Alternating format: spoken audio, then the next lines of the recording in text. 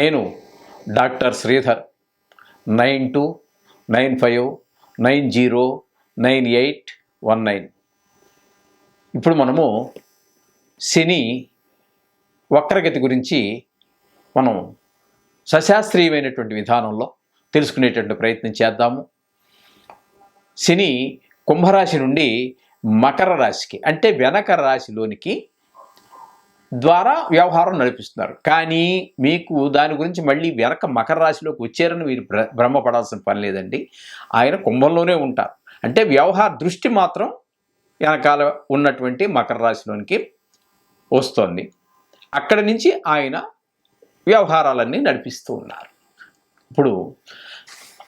ఇప్పుడు మనకి ఇది అయిపోయినటువంటి నిజానికి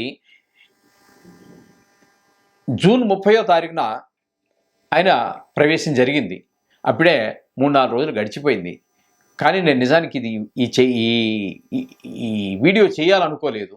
కానీ చాలామంది మా అనుయాయులు ఉంటారు కదా, చాలామంది యూట్యూబ్లో చూశామండి, ఇది చూశాము, వారు ఒక రకంగా చెప్పారు, వీరు ఒక రకంగా చెప్పారు, ఇదంతా చాలా కన్ఫ్యూజ్గా ఉందండి. అది కాదు, మాకు మీ మీద నమ్మకం కాబట్టి మీరు చెప్పినట్టయితే మాకు నమ్మకం కాబట్టి మీరు చెప్తే బాగుంటుంది అని చెప్పేసి వందల సంఖ్యలో పైనే వచ్చినాయి నాకు ఫోన్లు. అందుచేత నా స్టైల్లో నా పరిజ్ఞానం సహకరించిన మేరకు చెప్పడం కోసం వీడియో చేస్తున్నాను.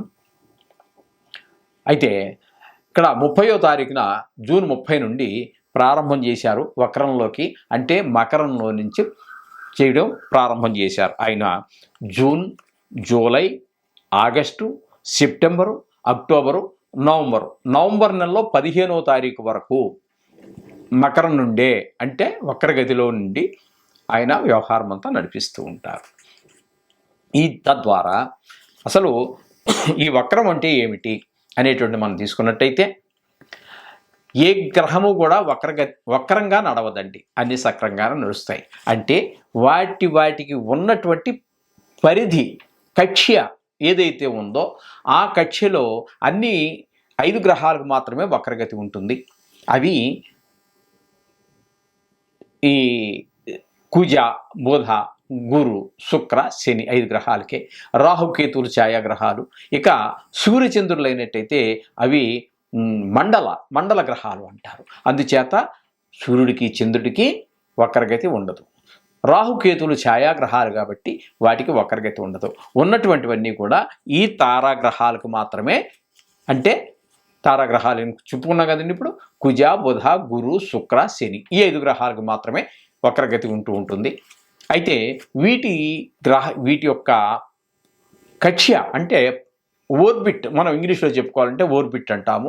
దీని ఈ కక్ష్యలో పరిభ్రమించేటప్పుడు అదేమవుతుందంటే వేరు సైజుల్లో ఉంటాయి అవి. అంచేత ఈ చిన్న ఓర్బిట్లో చిన్న కక్ష్యలో తిరిగేటటువంటిది చాలా స్పీడ్గా తిరుగుతూ ఉంటుంది. పెద్దది చాలా ఎక్కువ కక్ష్యలో తిరిగేటటువంటిది ఇది చిన్నది కాబట్టి ఇక్కడికి వెళ్ళిపోయింది, ఇది మెల్లిగా ఇక్కడికి వచ్చినప్పుడు ఇది వెనకబడినట్టు ఉంటుంది. ఆ విధంగా మనకు కనిపిస్తూ ఉంటుంది.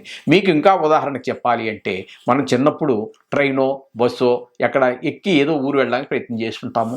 ఆ సందర్భంలో మనం కిటికీ పక్కన కూర్చునేవాళ్ళం. కిటికీ పక్కన కూర్చుని కిటికీలోంచి బయటికి చూసేవాళ్ళం. ఆ బయటికి చూసినప్పుడు మనకి చిన్నపిల్లవాళ్ళం కదా, మనకి అంత దృష్టి ఉండదు. వాటిని అలా చూస్తూ ఉంటే ఆ పొలాలు, ఆ చెట్లు, ఆ టెలిఫోన్ తీగలు, ఆ కరెంటు స్తంభాలు, ఆ కొండలు, గుట్టలు ఇవన్నీ కూడా వెనక్కి వెళ్ళిపోతున్నట్టుగా మనకి గోచరిస్తుందే కానీ అవి ఎక్కడికి కథలు అక్కడే ఉంటాయి. మనం జరిగేది ఏంటంటే మనం ముందుకు జరుగుతున్నాం ట్రైన్లోనో బస్సులోనో, అవి వెనక్కి వెళ్ళినట్టుగా మనకి భ్రాంతి అంతే. ఇది కూడా ఈ వక్రగతి అనేది కూడా అంతే. ఏ గ్రహమో వెనక్కి తిరగటం ముందుకు తిరగటం అని ఉండదు. ఇకపోతే కొన్ని గ్రహాలకి అతిచారం అని కుజ గ్రహానికి సంబంధించి కొన్ని సందర్భాల్లో స్తంభన అని ఉంటూ ఉంటాయి. దాని గురించి ఇప్పుడు అక్కర్లేదు. మనం వక్రగతి గురించి చెప్పుకుంటున్నాము కాబట్టి ఇప్పుడు శనీశ్వరుని యొక్క వక్రగతి గురించి మనం చెప్పుకుంటున్నాం. ఆయన కుంభం నుంచి మకరంలోనికి వక్రగతి ద్వారా ఇప్పుడు మనం చెప్పుకున్నటువంటి సుమారుగా 140 రోజులు జరుగుతోంది. ఈ 140 రోజుల్లో ఏ రాసుల వాళ్ళకి ఏ ఫలితాలు ఇస్తాడు అనేటటువంటిది మనం తెలుసుకునేటువంటి ప్రయత్నం చేద్దాం. ఇప్పుడు నిజానికి మొన్నటి వరకు జన్మంలో అంటే కుంభరాశిలో జన్మంగా ఉండేది, అక్కడ శుభ ఫలితాలను ఇవ్వజాలడు. ఆయనకి ఇప్పుడు మకరంలోకి వచ్చాక ఏమైంది అంటే ఆయనకి 12వ స్థానంలో కుజుడు ఉన్నట్టుగా లెక్క. కుంభానికి మకరము 12వ స్థానం అవుతోంది కాబట్టి 12వ స్థానంలో మనకి శుభ ఫలితాలు ఇవ్వజాలడు. మొన్నటి వరకు ఆయనకి జన్మంలో ఉన్నాడు, అప్పుడు ఇవ్వలేదు, ఇప్పుడు మేషరాశి అంటే మేషరాశి వారికి 10వ స్థానంలో శని సంచారం జరుగుతున్నట్టుగా మనం భావించుకోవాలి. ఈ 10వ స్థానంలో శని సంచారం జరగటం ద్వారా ఏ విధమైనటువంటి ఫలితాలు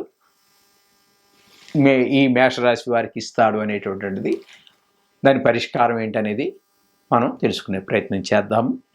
ఇప్పుడు ఈ 10వ స్థానం కాబట్టి 10వ స్థానంలో యోగించజాలడు. దానికి శాస్త్రం ఏం చెప్తోంది? వ్యాకులం శోక సంతాప పాపం ఉద్యోగ విఘ్నకం కృష్యాది సర్వ విఘ్నంచ దశమస్తే భవేశనో. 10వ స్థానంలో గనక శనౌ అంటే శనిదేవుడు గనక సంచరిస్తున్న సమయంలో ఏ విధమైన ఫలితాలు ఉంటాయంటే విచారం, వివిధ రూపాలైనటువంటి కష్టాలు సంభవిస్తూ ఉంటాయి, పాపకార్యాలు చేయడం జరుగుతుంది, చేసేటటువంటి వృత్తిలో కొన్ని చికాకులు వస్తూ ఉంటాయి, సమస్త విషయాలందు కూడా వ్యతిరేక ఫలితాలు కలగజేస్తూ ఉంటాడు. ఈ విధమైనటువంటి 10వ స్థానంలో, ఎందుకంటే మరి ఉద్యోగం విషయంలో చేసే వృత్తిలో ఇబ్బంది కలిగితే ఆర్థిక వనరులు దెబ్బతింటాయి. అంచేత ప్రతిదీ ఇబ్బందే. ఆర్థిక వనరులు దెబ్బతింటే మరి అన్ని ఇబ్బందే కదండి. ఆ విధంగా 10వ స్థానం అనేది కూడా ఒక ముఖ్యమైన మన జీవనోపాధి కాబట్టి ఆ విషయాల్లో ఆయన దెబ్బ కొట్టే పరిస్థితి ఉంది. అందుచేత ఈ నవగ్రహ మంత్రాలని రోజు మంత్రం చదువుకోండి. శని త్రయోదశి వస్తే అభిషేకం చేసుకోండి. లేదా ఏదో ఒక ఈ 139 రోజుల్లో అంటే మకరంలో ఈయన సంచారం చేసేటటువంటి రోజుల్లో మీకు ఏదో ఒక శనివారం రోజున కాసిన్ని నువ్వులు, నల్ల నువ్వులు, రంగు వేసినవి కాదండి, నదిలో కూడా మోసం, తెల్ల నువ్వులకి నల్ల రంగు హెయిర్ డై వేసినట్టుగా డ్రై వేస్తున్నారండి దానికి. అది కొంచెం చూసుకోండి. అంత నల్లగా ఉండవు నువ్వులు ఎప్పుడు కూడా చింతగింజ రంగులో, బ్రౌన్ కలర్లో, కాఫీ పొడి రంగులో ఉంటాయి. ఈ నల్లగా ఉన్నవి తెల్ల నువ్వులు. తెల్ల నువ్వులకి శనికి సంబంధం లేదండి. తెల్ల నువ్వులకి శనికి సంబంధం లేదు. ఆయన కృష్ణవర్ణం, కృష్ణ పుష్పం అంటే నల్లటి పువ్వులు, నల్లటి వస్త్రాలు అన్ని, నలుపు అంటే ఆయనకి ఇష్టం కాబట్టి నలుపు రంగు వేసినవి కాదండి. ఆ ఒరిజినల్ నువ్వులు ఏవైతే ఉన్నాయో ఆ నువ్వులు తీసుకోండి. ఒక నల్ల ప్యాంటో షర్టో, లేకపోతే ప్యాంటో షర్టో, లేదా ఒక చీరో ఆయన భార్య కట్టుకుంటుంది, ఏదో ఒక ఇనపకి సంబంధించింది అది ఆయనకు ఉపయోగపడే విధంగా ఏదో ఒకటి, ఒక స్క్రూ డ్రైవర్, పట్టకారు, ఏదో ఒకటి ఇంత ముక్క పెడుతున్నారు, అవన్నీ అక్కర్లేదండి. మీరు ఏదో ఒకటి ఆయన ఉపయోగించుకునే విధంగా ఉన్నట్టయితే మీకు మరింత మేలైనటువంటి ఫలితాలు కలుగుతూ ఉంటాయి. ఆ బ్రాహ్మడు ఉపయోగపడేది. అలాగే లేదు, నువ్వులకు సంబంధించినటువంటి పప్పు నూనె అమ్ముతారు, నువ్వుల నుంచే తీస్తారు. అవి మనం చెప్పుకున్నటువంటి